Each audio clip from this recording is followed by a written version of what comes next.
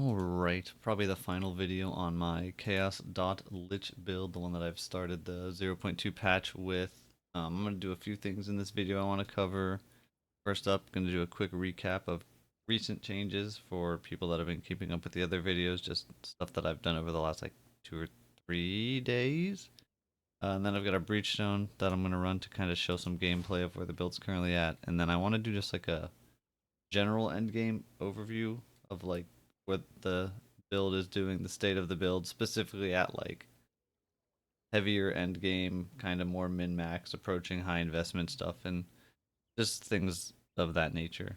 But yeah. So first up, recent stuff. I have finally switched to Ingenuity Belt. I was trying to go for this for a little while. Needed to get the proper rings to facilitate it. This was one I just got recently. It ended up having a giant mana roll, which I'll get into in a little bit, but I didn't necessarily plan for a giant mana roll, but I think it's fine. I got some new boots, trying out non-wonder traps so that my character actually has a little bit of movement speed. Rarity is the gone rarity is gonna hurt, but we're fast, so it's cool. I think it makes up for it, and we get some ES and stuff. Uh, and then on the jewel side of things, I had to kind of replace all of my stun threshold jewels because I was doing this on all of them. Tried to find some with the newer mod. Well, these ones don't even really have the new range, but it goes from 5 to 15 on the stun threshold. Now they buffed it. I think this one has a higher roll. Yeah. And then, so with that, I turned one of them also into the new mod, which is ailment threshold equal to percent ES. So it's like the same mod, but instead of stun threshold, it's ailment. And I got one of those. And that's pretty cool.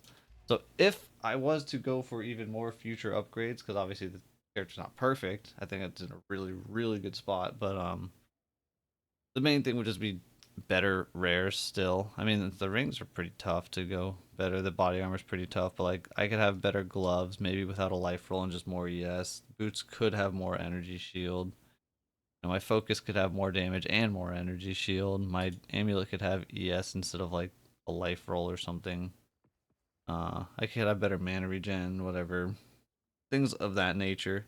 And then other than that though, it's not really much like uniques and stuff. The only thing I could really think of is a megalomaniac jewel, which if you get like a couple of good notables of whatever fits, like megalomaniac can just be an insane item because you could have 2 or even 3 notables just in one jewel socket. But that's like a super random thing that you can't ever really rely on. And then the other thing I changed recently is a little bit of gem stuff. I did get corrupted level 21 on my effigy and essence strain. That was cool. I've swapped my ED supports. I'm trying some different stuff out.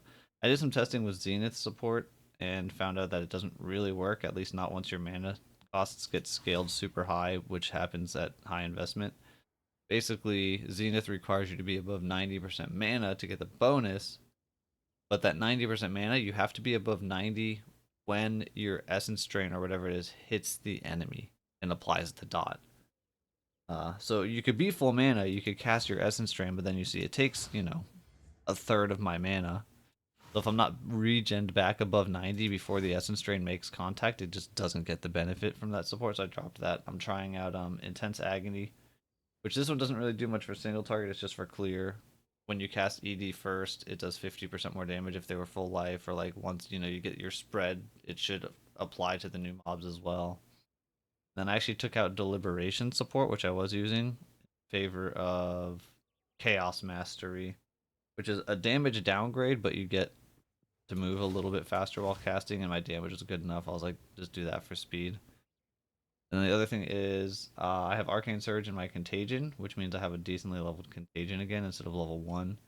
I was planning on Arcane Surge and Despair, but a couple people in like I think the last video I made about this mentioned like trying it in Contagion, and I was like, yeah, I guess I'll try it. Sure, why not? And it works fine. Contagion, the advantage to having Arcane Surge and Contagion is you have it up while you're mapping more because you don't really cast Despair that much mapping clearing. The downside is it means you can't just run a level 1 Contagion, and now your Contagion costs a lot of mana again. So it's tougher on your mana, but it's better for the uptime of the buff, which does give some mana regen back to kind of counter that. But yeah, it's good. I think I like it. I basically set it up. I balanced my Contagion level, just like slowly creeping up the levels to make it cost just over 1/3 of my mana, so that I get the proc after 3 casts, and that seems to be a good balance for me, I think. And then also one other thing to mention is I think possibly later today, from when I'm recording this, the totems should be getting buffed in upcoming patch where they're going to be getting a bunch of Ellie res. They currently have 0% elemental res, and they're going to be getting 75 Ellie res, which is going to be huge. They're going to actually survive elemental damage. If that ends up being the change that does go through, they'll still get destroyed probably by physical and chaos, but I think elemental is definitely the biggest problem in the totems getting owned. Alright, anyway, let's do a thing. Doing a Breachstone, max difficulty once the Atlas loads up. And it'll kind of show off. I feel like it kind of shows multiple aspects of how the build goes. Because clearing in Breachstones tends to be a little bit weird at times, where it almost like struggles to keep up, but not because I can't kill the mobs, but rather because I just get blocked by them waiting for them to die. Which is a thing that happens in maps a lot too. But you see, like, initially I think I can usually keep up pretty fine. I just stay ahead of it where the mobs can't block me. And I can kill them because I have plenty of damage. But then you see already I got blocked off. I want to try to like stay ahead constantly. Which this applies to mapping to a lesser degree as well. Where like you have the clear to kill mobs, they're gonna die. But you still have to like wait for that to actually happen, and since there's no phasing in PoE2, it can slow you down a little bit.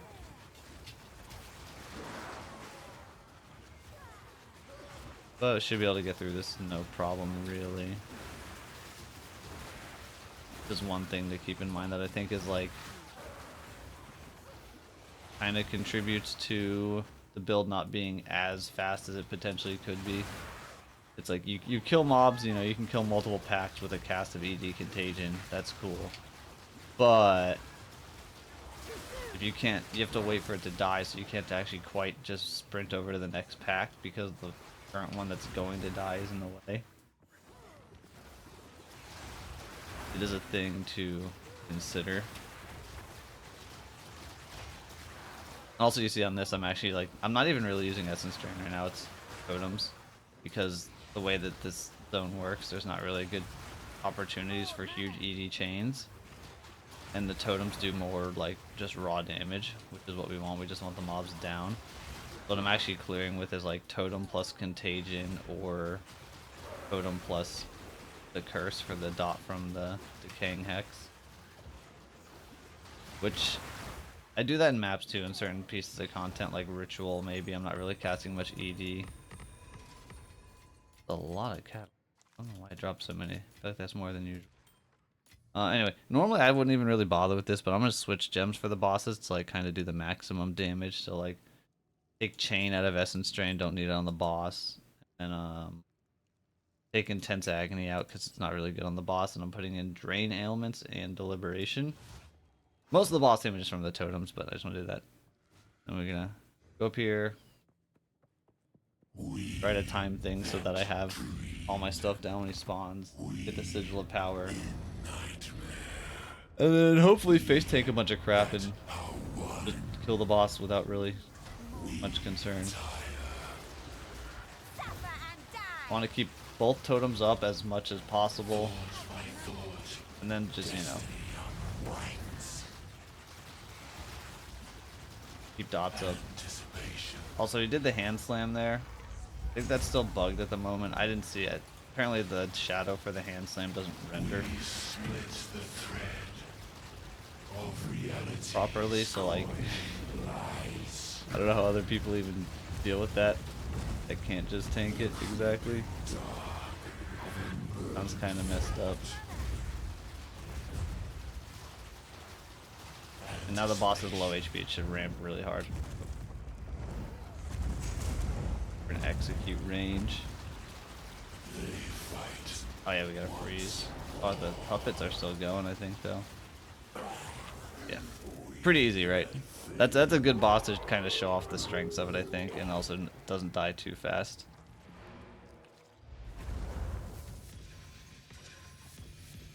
Yeah. We got a bunch of turds. Alright, cool. Yeah, that's the game. Play. Time for overview. Alright, I've got some notes here. So the build as a whole, what I would say, like the kind of focuses of the build is very tanky. It clears well, but it's not like super fast. Like, you press spells and tons of enemies die, but you're not like the fastest clear speed. And it does decent boss damage. Like, there's obviously things that are going to do more, but I think relative to how much health the content has, it's pretty good. Um, I was able to do all of the max difficulty pinnacle content: the breach, boss, expedition boss, simulacrum, ritual, arbiter. I was able to clear all of it on the build, so very cool. I did not think like before launch that that would be the case with playing chaos dots, but here we are. Um, and yeah, it's just you face tank tons of damage, like especially while mapping, you actually just take so much damage because, or at least the way I play it right now, because I'm like trying to sprint through mobs waiting for them to die, so they do get to hit back, whereas like other builds they wouldn't really get that chance to hit back, I think. Um, but it's fine. You take a ton of damage, but you can take a ton of damage because of how much defense we have and this giant ES pool and all that. Um, the basics of the gem stuff, like you saw, like Sigil of Power is our weapon swap skill. It's for a single target. It just gives spell damage as long as you stay in the circle. And it ramps based on spending percentages of your mana, which we spend huge percentages of our mana constantly. We just have tons of regen. I have Blink on weapon swap as well, so that I can use Blink, but I don't have enough spirit to use it all the time, so it turns my Blasphemy off for it. And then the like main gems, you have your ED Contagion, that's clear speed. We have the Totem and the Curse to spare for single target damage. There's options, and you can kind of mix them in certain situations. Like it's like in the Breach, I was using Contagion with the Totem, or like the Curse with the Totem, and that happens in maps sometimes. Like Ritual, I don't really cast Essence Drain. I feel like in Ritual a lot, it's usually just putting the totems down and doing the other spells. So it's like there's like some flexibility where like ED Contagion has the best clear potential because it could kill 10 screens of mobs in one combo.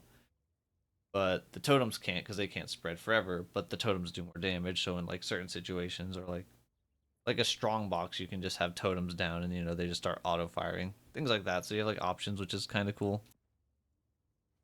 Um, just depending on like which content you're currently fighting against. We pull up the tree, just the ascendancy on the Lich side of things. The main setup for like kind of the build is this right side Soulless Form, Eternal Life, tons of mana regen from Soulless Form, a little bit of damage bypassing ES, which ends up being a good thing with Eternal Life. Life can't change. So we end up with a total of 25% damage from various sources bypassing ES, which just means 25% of damage gets ignored because it hits our life, which can't change. Then we have tons of ES. Also got Eldritch Empowerment, which makes skills cost energy shield. It's actually pretty hefty costs of ES depending on the skills, but we have so much ES again that we can be okay spending 1,000 ES in a second because we'll just have 12,000 left still or whatever, and we get a bunch of damage for it. And then I like this jewel socket as the last one, just doubles a jewel, just generic whatever value. And both of these small notes here actually both have 20% ES, which is kind of crazy as well. On the gear side of things, again, this is like I'm gonna just go over kind of the higher level end game stuff, not like the very very very basics. On that, we want ES rolls, big ES rolls. We need res for cap. We need mana regen to sustain whatever costs. But like the big thing to focus on is trying to get all the gem levels you can to scale you up, which is you can get 3 on amulet, 2 on a focus, 5 on a weapon. The thing is, as you get more and more of these gem levels, your mana costs get crazy. So you need to balance that out with like making sure your mana sustain is capable of handling the increased cost. It's like you get mana regen, like I have some on my shield, and then this body armor has it implicitly, and my amulet actually has mana regen implicit. Or like flat life rolls do give you, small amounts of mana regen, like these gloves that have 107 HP. You can see they equate to like 22 mana a second. It's not like crazy, but like your base mana regen is from your health, so it does impact things as well. And then Chaos Res is very important because we can't go CI because we need to have life. If we had CI and had 1 HP, then we would just not have any regen because our mana regen would be based off of 1 health. So we're not immune to chaos, and in PoE 2, chaos damage deals double damage to ES. It doesn't bypass, it deals double. So it's really bad. It's pretty important that you get that chaos res built up really, really high. And then so yeah, so you get the gem levels, you get the balance between the mana so you can sustain. You might even need one thing once you get to very, very, very high levels is a little bit of max mana, flat mana, which I had on this ring and I thought that was all I was planning on, but then this ring had it. Um, I'm at like kind of the peak of where the gem levels get with stupidity. Like level 32 effigy costs 771 mana. I think probably when you're hitting like the peak of gem level stuff, you probably need at least like 1,000 total mana. I have a bit more.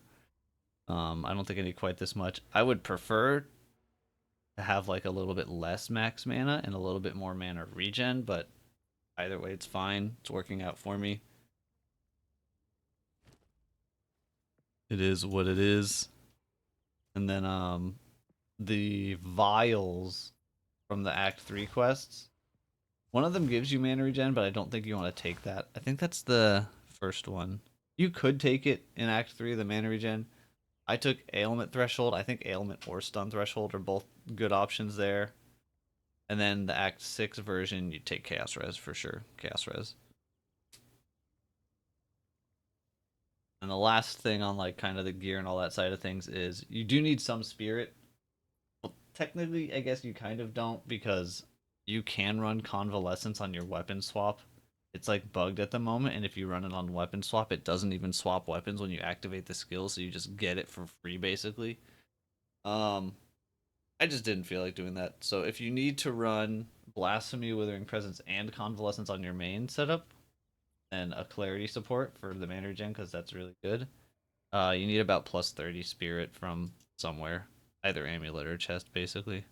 I think ultimately you want to get it on the Amulet because chest prefixes are just so much energy shield. And then finally, check the tree. I'm really happy with where the passive tree's at right now.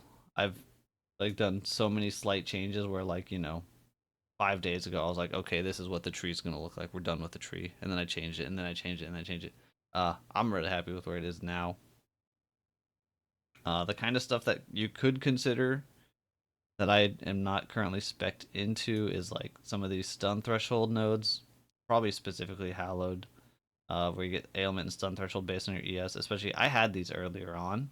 When your ES pool isn't as high, you might be getting stunned more. Like if you have 30% of your ES pool gained as stun threshold, when you have 12,000 ES, that's a lot more than when you have 7,000 ES. So when your ES is lower, you actually might have to spec into some of these for a little bit.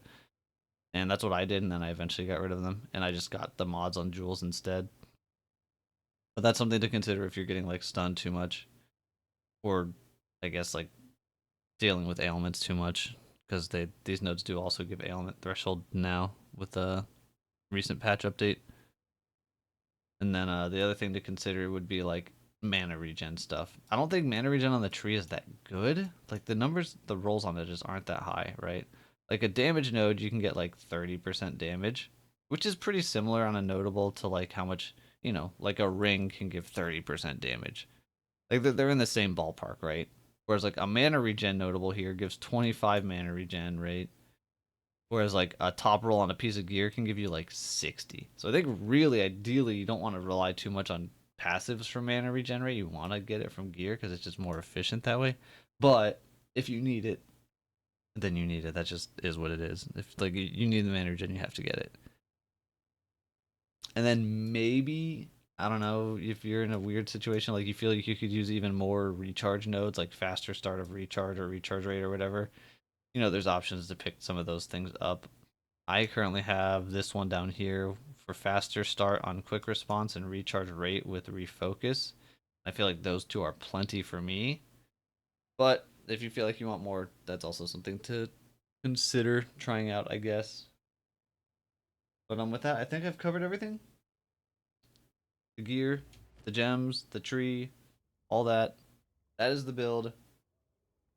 This character has been a ton of fun, exceeded every expectation that I had for it, and it's just a good build. It's just a good build. Um, I'm gonna play this character for like another day or maybe two while I figure out what build I want to do next. I have no idea what my next build's gonna be, but hopefully it's something cool and I'll have some videos on that one as well in the future. But for this one, that is all. Thanks for watching. See ya.